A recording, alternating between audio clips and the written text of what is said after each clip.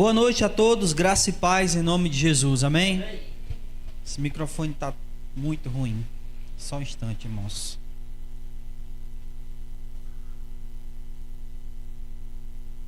Oi, som, oi.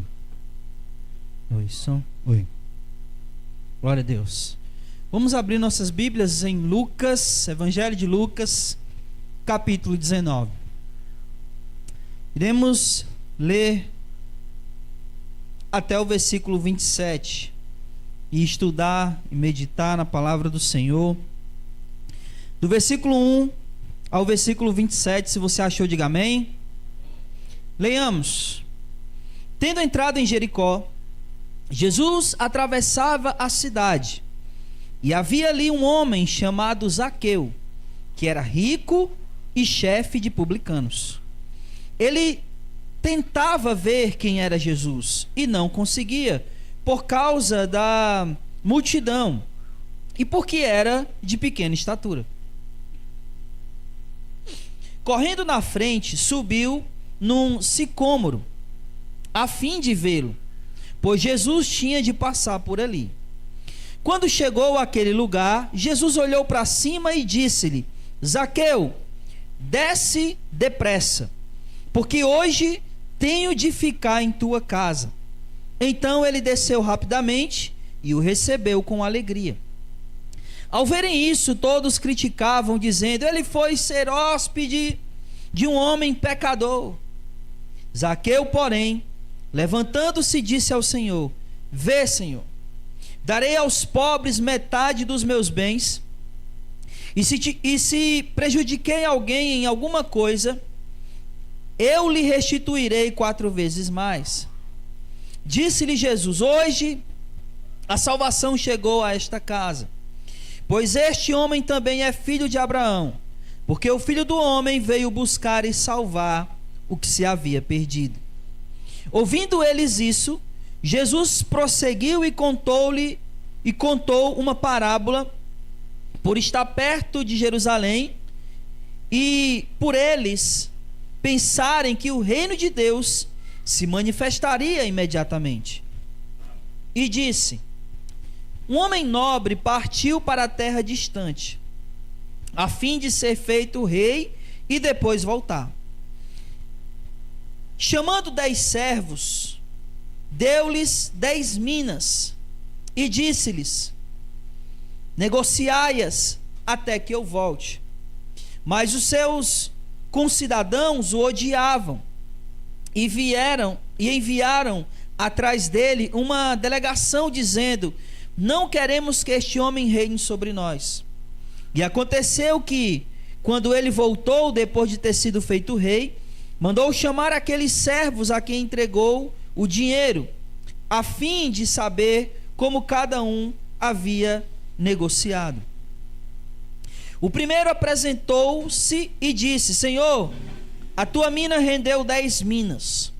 O Senhor respondeu: muito bem, servo bom, fostes fiel no pouco, por isso terás autoridade sobre 10 cidades. Veio o segundo e disse: Senhor, a tua mina rendeu outras 5 minas. A este também respondeu: da mesma forma tu recebes 5 cidades. Veio outro dizendo: Senhor, aqui está a tua mina, que guardei num pano, pois tive medo de ti, porque és homem severo. Tomas o que não destes e colhes o que não semeaste. O Senhor lhe disse: servo mau, pela tua boca te julgarei. Sabias que sou homem severo, que tomo o que não dei e colho o que não semeei. Por que então não pusestes o meu dinheiro no banco? Então, quando voltasse, eu teria retirado com juros. E disse aos que estavam ali: tirai a mina e dai ao que tem 10 minas. Eles lhe responderam: Senhor, ele já tem 10 minas. Pois eu vos digo que a todo que tem, mais lhe será dado, mas ao que não tem, até o que tem lhe será tirado. Quanto, porém, aos meus inimigos, que não quiseram que eu reinasse sobre eles, trazei-os aqui e matai-os na minha frente. Vamos orar. Senhor nosso Deus e Pai, obrigado, Deus, por mais uma vez estarmos aqui reunidos no nome do Senhor, cantando louvores a Ti, engrandecendo o Teu nome, rendendo a Ti, Senhor, a adoração, o louvor, a exaltação, que só o Senhor merece, que cada um de nós venha render a Ti. E somos gratos pelo privilégio, Pai, que o Senhor nos dá, de estarmos sempre na Tua presença, cantando e glorificando o Teu nome. Senhor, nesse momento nós te pedimos que a Tua palavra, Deus, que acabou de ser lida, ela seja explicada com fidelidade e que o Senhor fale ao nosso coração por intermédio da Tua palavra. Ilumina-nos, ó Deus, o entendimento, dai-nos compreensão, ó Deus, da Tua palavra, e que possamos verdadeiramente entender, guardar e praticar a palavra do Senhor.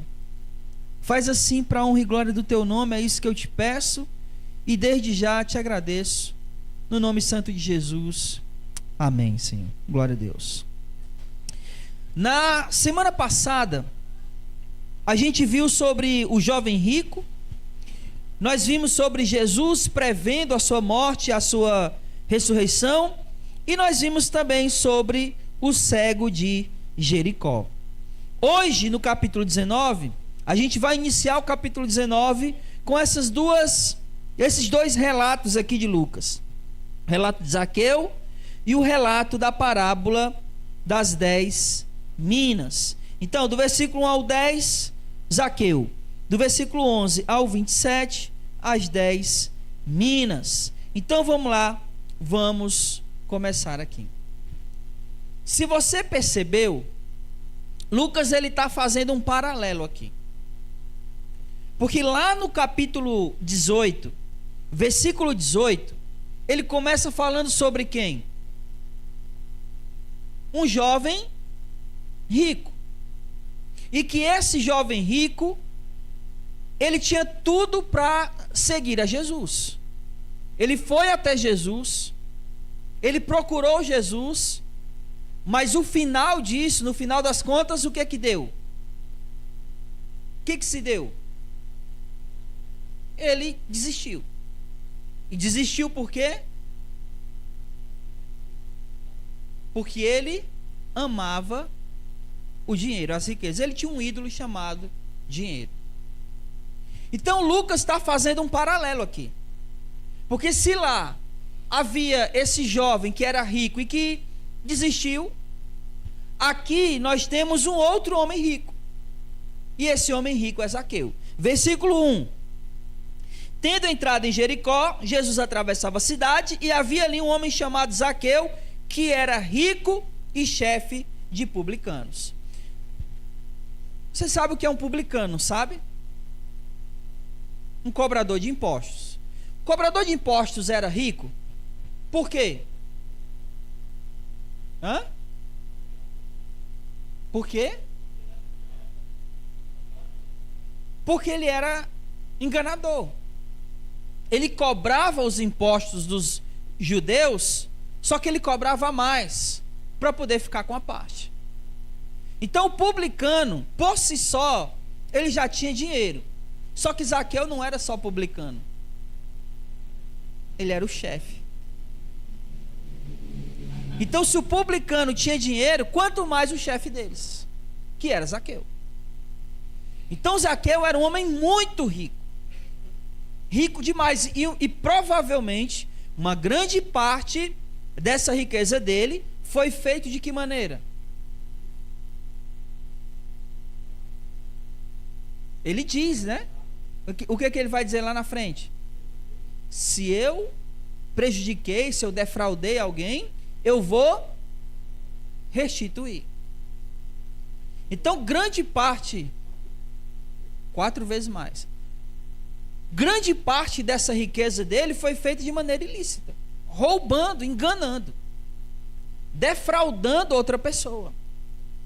Então ele era um homem muito rico. Só que a gente sabe, a gente conhece a história de cor, né? Isso desde a escolinha, né?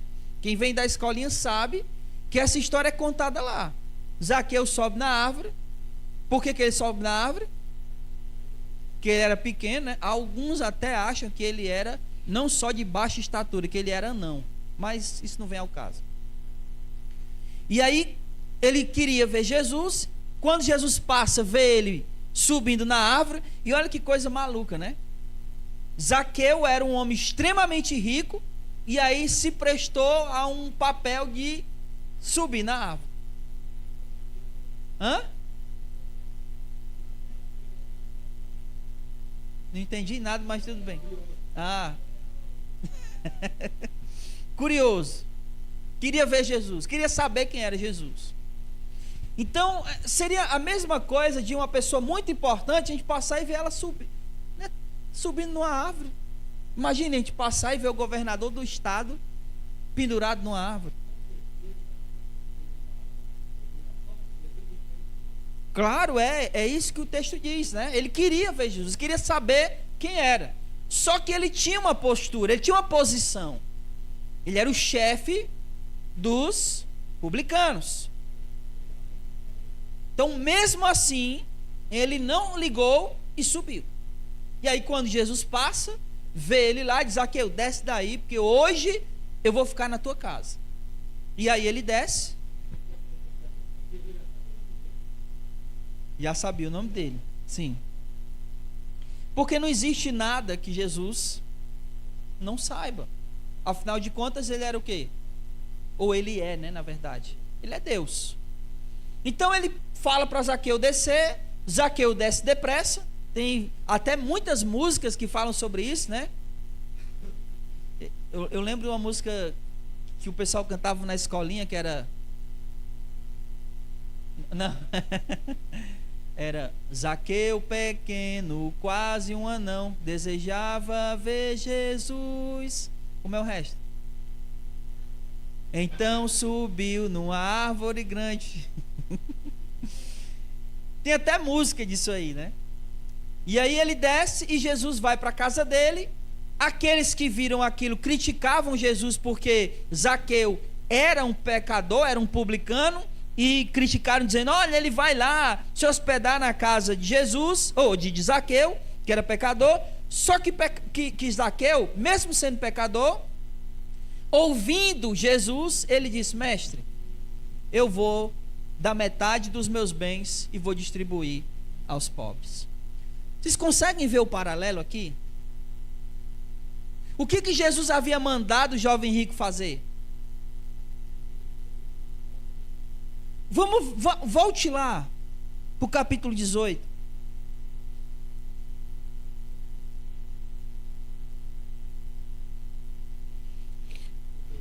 Olha o versículo 22. Quando ouviu isso, Jesus disse: ainda te falta uma coisa, vende tudo quanto tens, reparte com os pobres, e terás um tesouro no céu, depois vem e segue. Aí olha, vá para o capítulo 19 e olha o que Zaqueu diz no versículo 8. Zaqueu, porém, levantando-se, disse ao Senhor: vê, Senhor, darei aos pobres metade dos meus bens. Zaqueu fez exatamente aquilo que Jesus havia mandado o jovem rico fazer.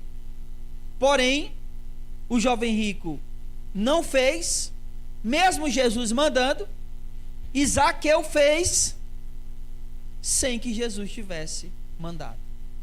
Foi algo espontâneo dele. Ele quis fazer isso. Então essa história aqui, que vai terminar Jesus dizendo, versículo 10, versículo 9, que houve salvação ali. Houve salvação ali naquela casa. E aí ele termina no versículo 10 dizendo: porque o Filho do Homem veio buscar e salvar o que se havia perdido. Que esse é o tema do Evangelho de Lucas. Jesus veio buscar e salvar o que se havia perdido. Então a história que a gente conhece de cor. Só que O que eu queria que tirar 4 lições de Zaqueu, ou de atitudes que Zaqueu teve e que o jovem rico não teve, ou pelo menos uma ele teve, mas essa não adiantou de muita coisa. A primeira atitude de Zaqueu aqui, e que o jovem rico também teve, é qual? Ambos procuraram Jesus. Ambos foram até Jesus. O jovem rico foi até Jesus. Zaqueu queria ver Jesus. Ele procurou ver quem era Jesus. Então, ambos foram até Jesus. E eu diria aqui, meu irmão, minha irmã, que ir até Jesus é o primeiro passo. Mas não é o único.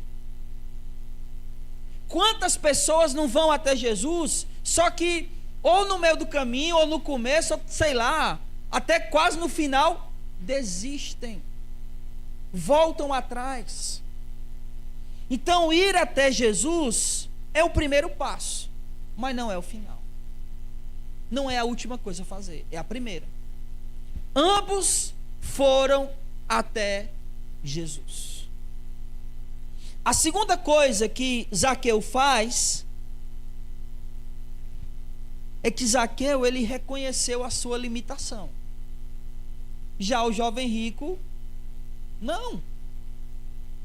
Se você olhar o que Jesus fala sobre os mandamentos, o que é que o jovem rico fala?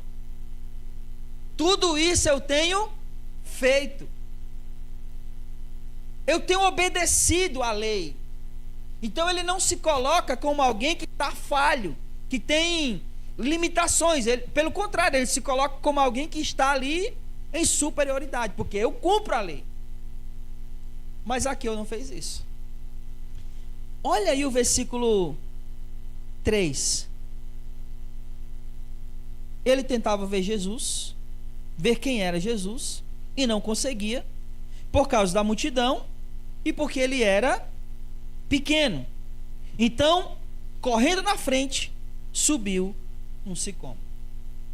Qual era a limitação de Zaqueu? Qual era a limitação dele física? Ele era pequeno. E aí, ele reconheceu isso. Porque, imagine comigo, ele era um homem importante, correto? Homem rico, correto? Ele poderia ter usado disso e ter dito: sai todo mundo do meio porque eu vou passar, porque eu quero ver Jesus. Ou não poderia? Poderia. Chama aqui que eu quero que ele venha aqui falar comigo. Mas não. Ele reconhece a limitação e se humilha subindo numa árvore. Igual uma criança, né? É engraçado, engraçado entre aspas, né? Porque Lucas já havia relatado aqui que quem não recebeu o reino de Deus como uma criança. Então Zaqueu, como uma criança, sobe na árvore para ver o Senhor. Então ele reconhece a sua limitação e sobe na árvore, como um sinal de, talvez até de humilhação, pela posição que ele tinha. Então, aonde o jovem rico falhou, Zaqueu, ele continua. Ambos foram a Jesus. O primeiro se coloca numa posição de superioridade, o outro reconhece a sua limitação. E continua. Versículos 5 e 6. Quando chegou àquele lugar, Jesus olhou para cima e disse: Zaqueu, desce depressa, porque hoje tenho de ficar em tua casa. Então ele desceu rapidamente e o recebeu com alegria. Lembra que Jesus disse para o jovem rico: dá tudo que tu tem, depois vem e segue-me. O seguir aqui tem um paralelo com o receber. Enquanto o jovem rico não seguiu, Zaqueu recebeu Jesus. Então, vocês estão conseguindo perceber os passos? Vai até Jesus, reconhece a limitação, recebe Ele na casa do teu coração. Estão conseguindo ver os passos aqui? Tudo aquilo que o jovem rico não havia feito. A única coisa que o jovem rico fez igual foi o quê? Ele foi até Jesus. Mas daí para frente, tudo que ele fez não adiantou de nada. Já Zaqueu foi até Jesus, reconhece sua limitação e recebe Jesus na casa dele. Como? Com alegria. Com a alegria de receber o mestre na sua casa. Há muitos anos atrás, eu ouvi um rapaz dizendo a seguinte frase. Ele já era de uma igreja há muitos anos e estava afastado. E aí, ele, no culto, no domingo, dizendo ele, né, que estava nesse culto lá e que havia se reconciliado com Deus. E ele estava contando isso na segunda-feira. Mas ele não estava contando isso com alegria.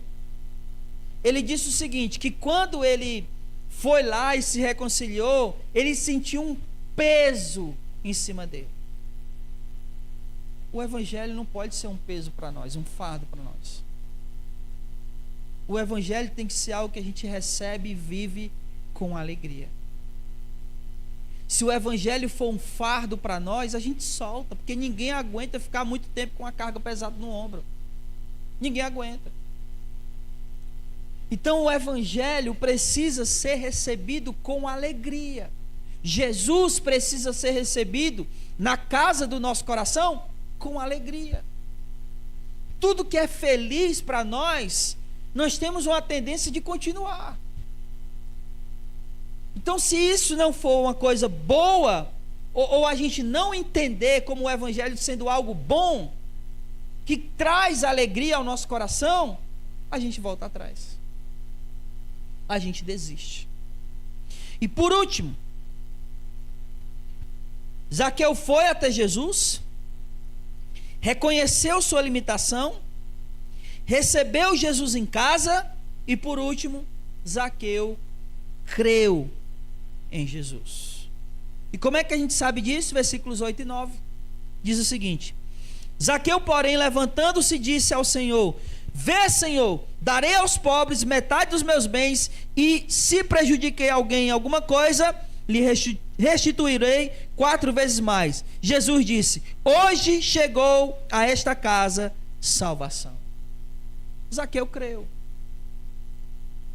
Ele creu em Jesus. E qual é a maior evidência que Zaqueu realmente creu? Hã?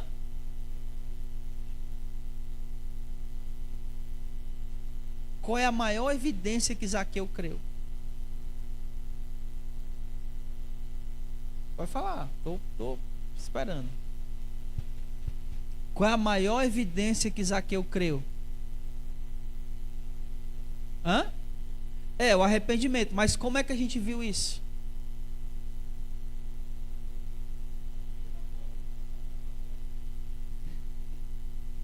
Que foi?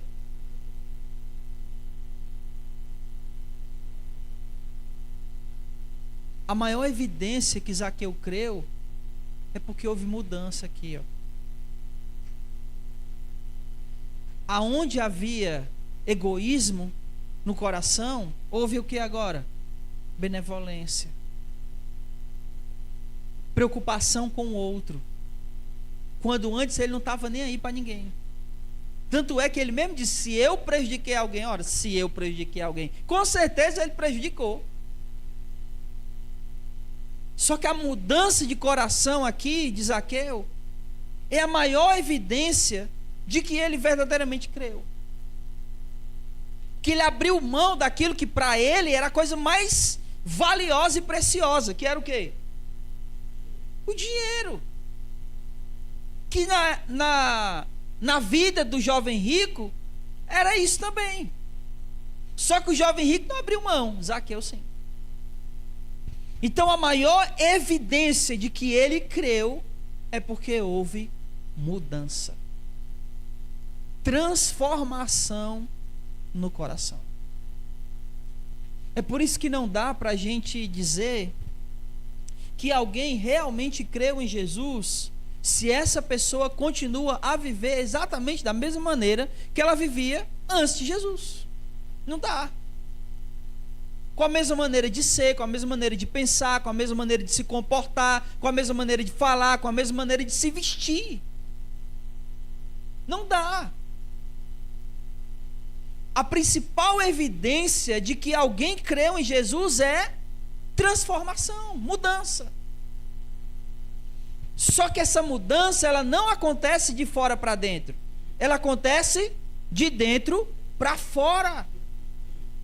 Primeiro muda o coração, muda a maneira de agir, de pensar, de ver o mundo, de ver as pessoas. O apóstolo Paulo diz isso em Romanos 12. Sejam transformados pelo quê? Pela renovação da vossa mente, do vosso entendimento, da maneira como vocês percebem o mundo, como vocês enxergam as pessoas, como as pessoas passam a ser para você. No caso de Zaqueu, as pessoas eram só um meio de ganhar dinheiro, era um acessório, era algo que ele usava para ganhar dinheiro. Agora ele está vendo as pessoas diferentes. Ele está vendo essas pessoas com um coração benevolente em relação a elas. Se eu defraudei alguém, eu vou restituir. Olha a mudança de mente. E aqui a gente percebe o quanto ele era rico, né? Porque ele disse: vou dar metade do que eu tenho. E se eu prejudiquei alguém, eu ainda vou restituir 4 vezes mais. Era rico ou não era um homem? Era muito rico. Só que aqui houve mudança. Houve mudança na maneira como ele enxergava o dinheiro. Houve mudança na maneira como ele enxergava as pessoas. E essa é a maior evidência de que ele verdadeiramente creu. E não é à toa que Jesus diz no versículo 9 que hoje houve salvação, ou que a salvação chegou, entrou na casa de Zaqueu. E aí, obviamente, né, a frase que termina essa perícope aqui, né, esse trecho, é Jesus dizendo que o Filho do Homem veio buscar e salvar o que se havia perdido. Vai falar.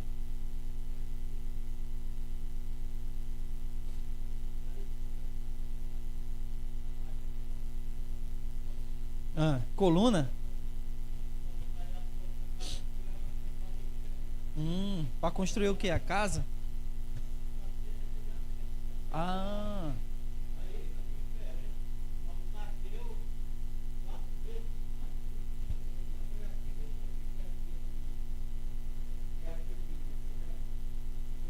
Sim. 3.000 fiéis.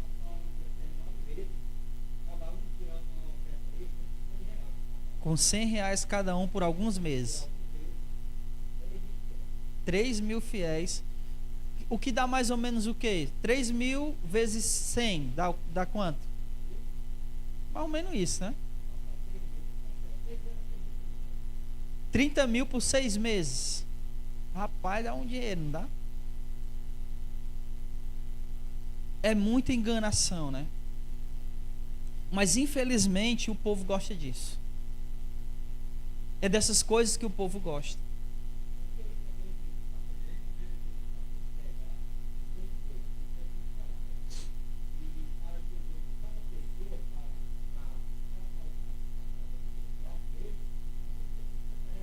R$150 por pessoa para ouvir a palavra de Deus. E teve pessoas que aí foram retirar a foto dele, e ele disse que tinha separado R$150 para ouvir a palavra de Deus. Tá certo. Rapaz. Oi?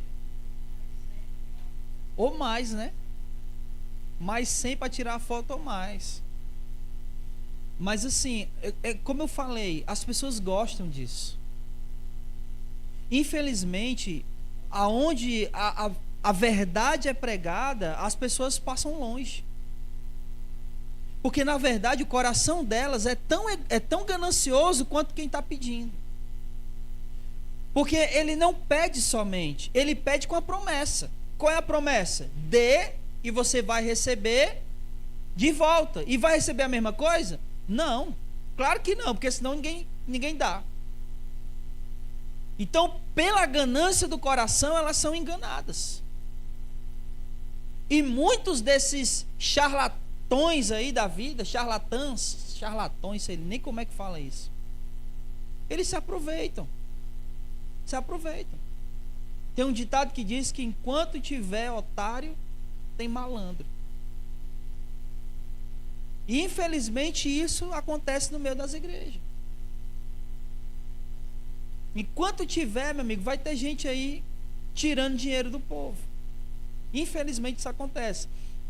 Agora, quando se fala a verdade, né, é o que o apóstolo Paulo fala para Timóteo. Chegará o dia em que não suportarão a sã doutrina e eles terão coceira nos ouvidos. Ou seja, a verdade vai coçar. E eles vão buscar para eles líderes de acordo com aquilo que eles querem ouvir. É exatamente o que está acontecendo hoje. As pessoas buscam igrejas, por exemplo, que agradem o ouvido delas. E na hora que uma palavra é dita lá que não agrada, ela busca outra que agrade. Ela não busca uma palavra que seja a verdade, mesmo que essa verdade confronte. Ela quer ouvir o que ela quer ouvir. Quando na verdade, o que a gente tem que ouvir? Não é o que quer, mas é o que a gente precisa. E a palavra de Deus é o que nós precisamos. Mas infelizmente, muitos estão se enveredando por esses caminhos. Então, voltando aqui, muitos vão até Jesus. Muitos. Assim como o jovem rico, assim como Zaqueu.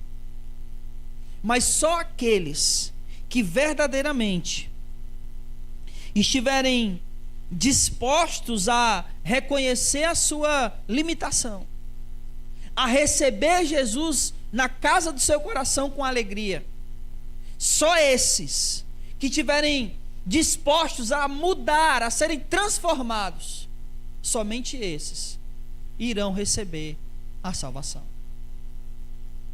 Enquanto o nosso coração não se submeter a Deus, e a primeira coisa que a gente tem que fazer para se submeter a Deus é reconhecer que a gente é necessitado. Mas é difícil para um rico, né? Alguém que ama o dinheiro, entender que ele necessita, que ele é pobre. Só que ele precisa entender que ele é pobre não relacionado a coisas, a bens, a dinheiro. Ele é pobre relacionado à vida espiritual dele. Espiritualmente ele pode ter o dinheiro que for, ele é pobre. Mas é difícil para um rico entender isso. Sim. Porque, meu irmão, se tem uma coisa que o pobre sabe, é o quê? Que ele necessita. Se tem uma coisa que pobre sabe, é sobre necessidade.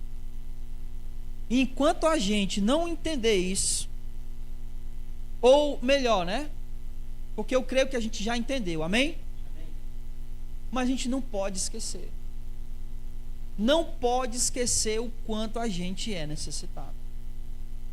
Porque quando a gente esquece, coisas como essa aqui, uma reunião, ou aprender a palavra de Deus, acaba ficando em segundo plano. Porque às vezes a gente para de perceber ou de achar que a gente não é mais necessitado. E a gente não faz isso de maneira, como é que eu posso dizer? De maneira verbal. A gente não diz, olha, eu não preciso mais de Jesus. Não é assim que a gente faz.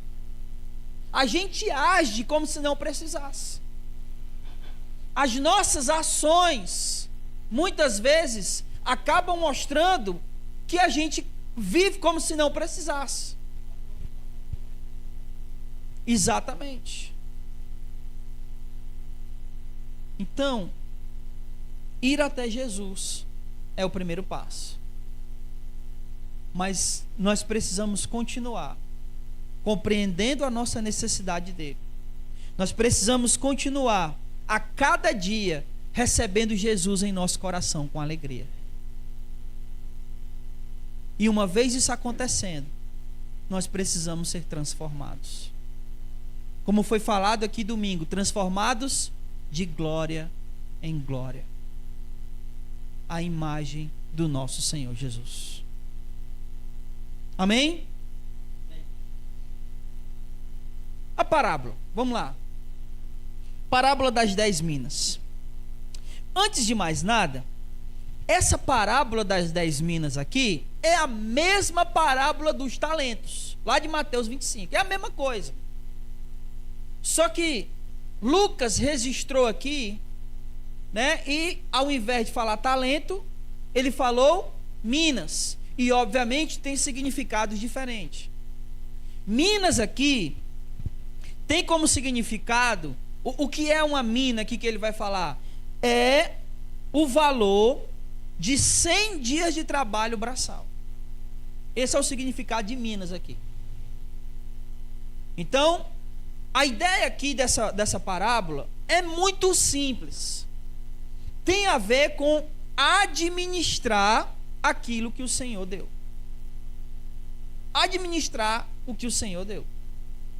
Então, assim como a parábola dos talentos, só que lá na parábola dos talentos ele dá 10 talentos para um, 5 para outro e 1 para outro. Aqui ele pegou 10 servos e deu 10 minas. Em outras palavras, ele deu uma para cada um. Aí quando ele veio prestar contas, ele chamou o primeiro e o primeiro fez aquela mina render 10.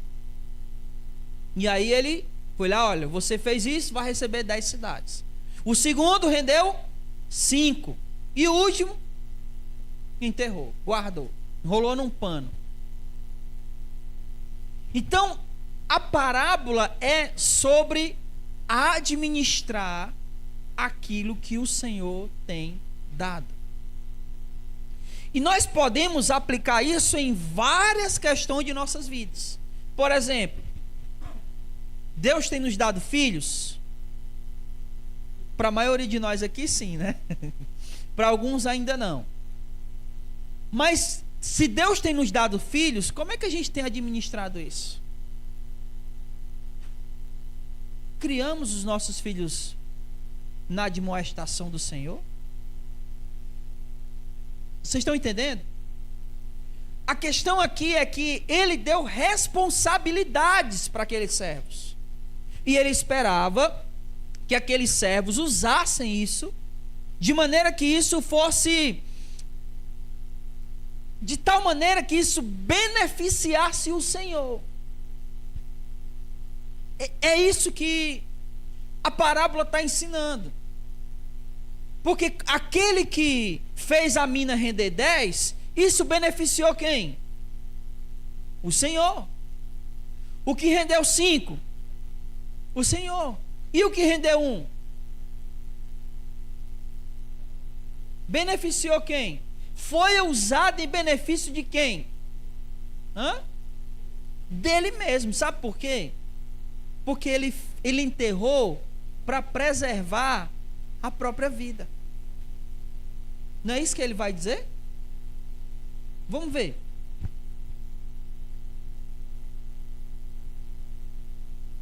Versículo 20.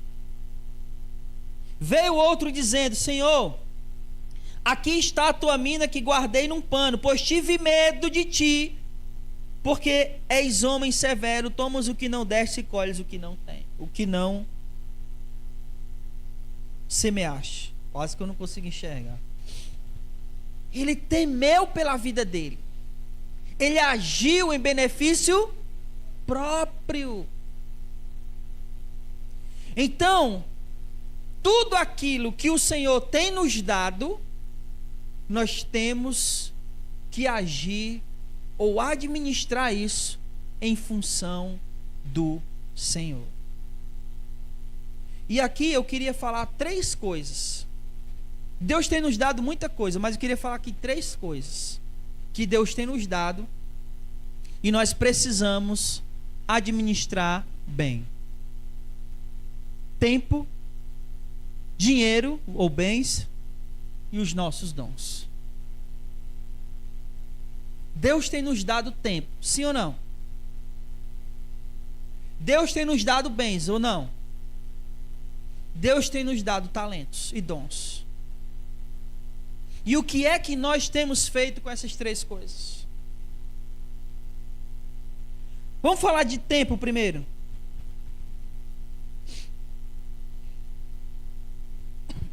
Em 1 Coríntios 10, 31, Paulo diz o seguinte, ó: quer comais, que bebais, ou façais qualquer outra coisa, fazei tudo para a glória de Deus. E Deus tem nos dado tempo. E o que é que nós temos feito com o tempo que o Senhor tem nos dado? Temos usado em benefício próprio, ou nós temos usado o nosso tempo para a glória de Deus? O que seria usar o tempo em benefício próprio? Vamos lá, vamos pensar. De que maneira? Dê um exemplo prático.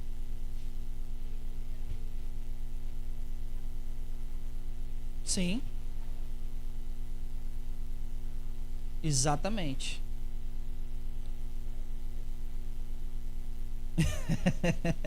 Deixar de vir para o culto para assistir o jogo do Fortaleza, né? Como a Roberta falou, deixar de orar e ficar nas redes sociais, no celular. Deixar de vir para a reunião e fazer qualquer outra coisa. E não que a gente não possa fazer isso, fazer essas coisas. O que a gente não pode é trocar as coisas de Deus por essas coisas. E quando a gente faz isso, a gente está usando o nosso tempo em benefício próprio, ao invés de usar para a glória de Deus. Então, o contrário disso é justamente a gente ler a Escritura, orar, participar das reuniões, estar em comunhão, participar das atividades da igreja, todas elas, especialmente a pregação do Evangelho, que a gente tem feito algumas vezes aqui, graças a Deus. Priorizar o reino de Deus, usar o tempo que o Senhor tem nos dado para glorificar o nome do Senhor. E tem um detalhe, meu irmão: nós seremos cobrados por isso. Lembra? Ele deu as minas, e quando ele voltou, o que ele fez?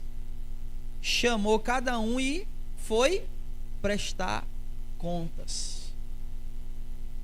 Deus irá prestar contas com a gente do tempo que Ele tem nos dado.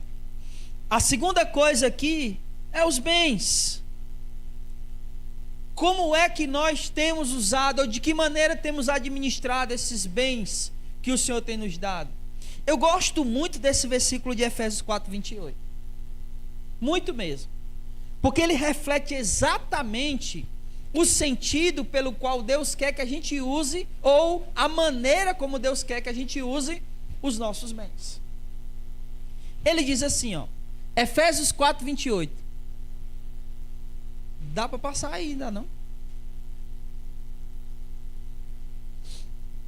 Pode passar.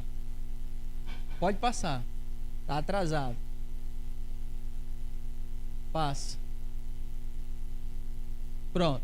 Olha o que ele diz: aquele que roubava, não roube mais. Pelo contrário, trabalhe fazendo com as próprias mãos o que é bom. A lógica diria o seguinte, né? Aquele que roubava, não roube mais. Antes, trabalhe com as próprias mãos para não precisar roubar. Essa seria a lógica, né? Mas não é isso que ele diz. Trabalhe com as próprias mãos para que tenha o que repartir com quem está passando necessidade. Paulo escreve exatamente aqui aquilo que o Senhor deseja que nós façamos com os nossos bens: ajudar o necessitado, ajudar aquele que precisa, ajudar os nossos irmãos. Então, usar o dinheiro para a glória de Deus é justamente isso. É administrar os nossos bens que o Senhor tem dado em nossas mãos para fazer aquilo que glorifica a Deus. Entre outras coisas, ofertar, contribuir.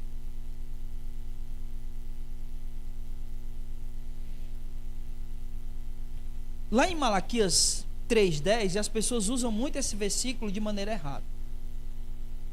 Mas Malaquias 3:10 diz assim: trazei todos os dízimos à casa do tesouro. E aí geralmente a pessoa para aí. Só que o versículo ele continua e ele diz por quê? Por que é? Que tem que trazer todos os dízimos à casa do tesouro. Lá ele falava isso. Hã? Para que não falte mantimento na minha casa. Como é que nós vamos, a igreja, ajudar necessitados, se não tiver como? Se faltar o mantimento aqui, se não tiver o dinheiro aqui contribuindo, para poder ajudar quem precisa. Então, usar os bens para a glória de Deus também é fazer parte das contribuições nas ofertas. E por último, eu poderia falar várias coisas aqui, né? Do que o Senhor tem nos dado, porque o Senhor tem nos dado muita coisa, né? Não é só dinheiro. O Senhor tem nos dado uma casa, o Senhor tem nos dado o carro. Como é que a gente tem usado isso? Temos usado para a glória de Deus a nossa casa, os nossos transportes. Como é que a gente tem usado? A gente poderia falar muita coisa aqui. Mas por último, Deus tem nos dado talentos. Cadê a menina do projetor?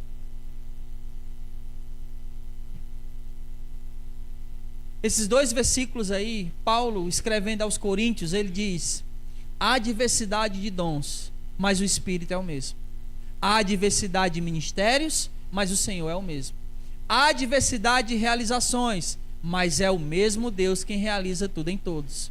Mas a manifestação do Espírito é dada a cada um para benefício comum. Primeiramente, Paulo está dizendo que há vários dons. E às vezes a pessoa não tem determinado dom e ela acha que não tem dom nenhum. Meu irmão, a gente é um corpo. Um corpo são quantos membros? Hã? Se faltar um membro no nosso corpo, faz falta? Por quê? Porque cada um tem uma função. Eu já brinquei várias vezes com isso, né? Mas tem gente que acha que o dedinho do pé é só para bater na quina das coisas. Mas não é. O dedinho, o mindinho serve para quê? Hã? Para dar equilíbrio. Você tira ele, você fica sem equilíbrio. Cada membro tem uma função. Todos têm dons. Talvez você precise ainda descobrir qual é o seu, mas tem. E tudo isso é para ser usado em benefício comum. E o que significa isso? O dom tem que ser usado em benefício do corpo. Não é para se autopromover. Imagina o dedinho lá: olha, eu sou o equilíbrio do corpo, eu sou o maior do corpo. Não. Ele é usado em função do corpo, para que o corpo seja equilibrado. Então os nossos dons precisam ser usados em função do corpo. Aí em Efésios Paulo diz: nele o corpo inteiro, bem ajustado, ligado pelo auxílio de todas as juntas, segundo a correta atuação de cada parte, efetua o seu crescimento para a edificação de si mesmo, no amor que está passando, quem está passando necessidade. Os dons são usados em função do corpo. E uma vez que os nossos dons são usados em função do corpo, esse corpo vai crescer de maneira saudável e isso vai glorificar a Deus. Só que nós também podemos enterrar esse dom. Enterrar. Botar num pano. E dizer: Senhor, mas é porque eu estava com medo.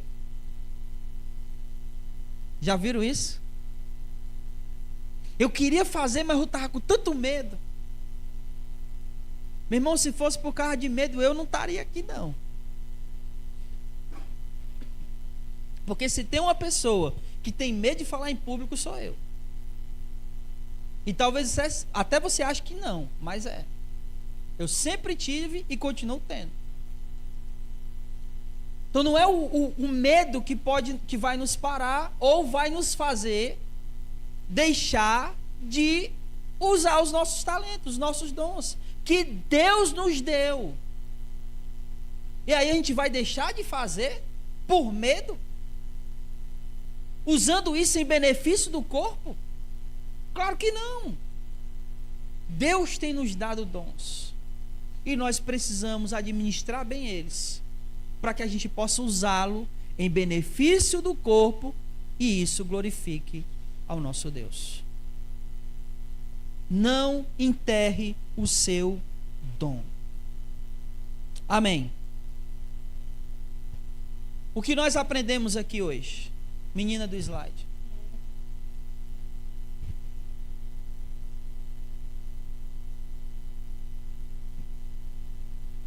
Três coisas. Primeiro, não adianta apenas ir até Jesus. É necessário reconhecer nossas limitações, recebê-lo na casa do nosso coração e crer nele. Jesus tem que ser o centro da nossa vida. 2, Jesus veio buscar e salvar o que se havia perdido. E essa é uma notícia maravilhosa para nós. Não é não? Ainda bem que ele veio buscar e salvar o perdido, porque nós estávamos como? Tudo perdido. E ele veio nos buscar, nos achar. Então essa é a melhor notícia que a gente pode ter. E por último, precisamos usar nossa vida, tempo, dinheiro e dons para a glória de Deus. Quando nós fizermos isso, meu irmão, quando nós fizermos isso, estaremos administrando bem aquilo que o Senhor tem colocado em nossas mãos. E não esqueça, haverá o dia em que o Senhor nos cobrará tudo isso. E é exatamente por isso que nós precisamos administrar bem o que o Senhor tem colocado em nossas mãos. Amém? Que o Senhor Jesus nos abençoe. Fique de pé e vamos orar.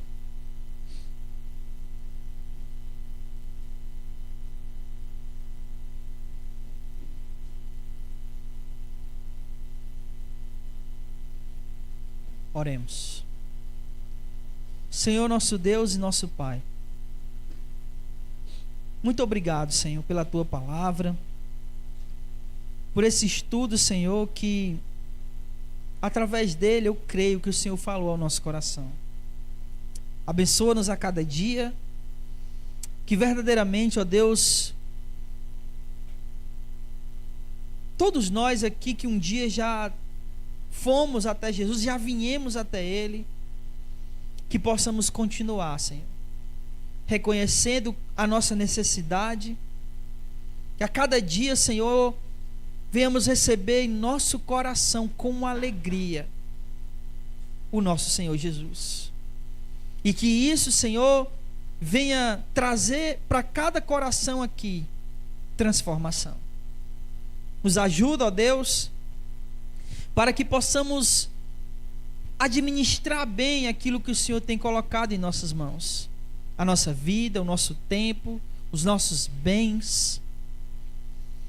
Tudo, ó Deus, que o Senhor tem de fato colocado em nossas responsabilidades. Os nossos talentos. Tudo isso é dádiva tua, Senhor. A vida é dádiva tua, o tempo, os bens são dádivas do Senhor. Os nossos talentos, os nossos dons, tudo é dádiva tua. Então nos ajuda, ó Pai, a administrarmos bem, de maneira que essa administração venha glorificar o nome do Senhor. Que não sejamos egoístas para vir usar aquilo que o Senhor tem nos dado em benefício próprio, mas pelo contrário, que tudo que fizermos, como Paulo disse aos Coríntios, quer comamos, bebamos ou façamos qualquer outra coisa, façamos tudo para a glória do Senhor. Nos ajuda, Deus, e nos abençoa. Nos leve em paz, que essa palavra, Deus, continue a trabalhar em nosso coração, em nossa mente, e nos protege, Senhor, no caminho que iremos fazer de volta para as nossas casas. No nome santo de Jesus, nele oramos, te bendizemos e já agradecemos. Hoje e para todos sempre. Amém. E louvado seja o nome do Senhor. Vamos em paz, que o Senhor nos abençoe e não saia sem cumprimentar o irmão com a paz do Senhor. Amém.